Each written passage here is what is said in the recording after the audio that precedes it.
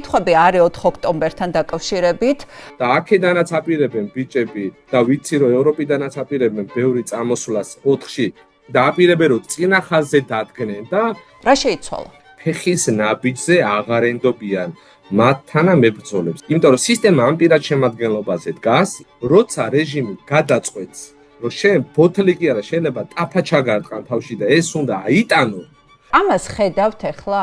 მე ვფიქრობ, რომ ჩვენ სისუსტეებზეც უნდა ვისაუბროთ, თუ მოწინააღმდეგე შეფასებული არ ყავს, შენი დაგეგმილი ოპერაცია არის განწირული. და იმის განცდა რომ ვიღაცა დგას სათავეში, რომელიც გეგმავს. აქაც ვიტყვი რა უნდა გაკეთდეს კიდევ ერთხელ. ერთი ჭორვილა, ასე ვთქვათ, ბიძინა ივანიშვილი და ეს ერთი ხაზი არის და ამ ერთ ხაზი არის ეს ყველა ჩამოკიდებული.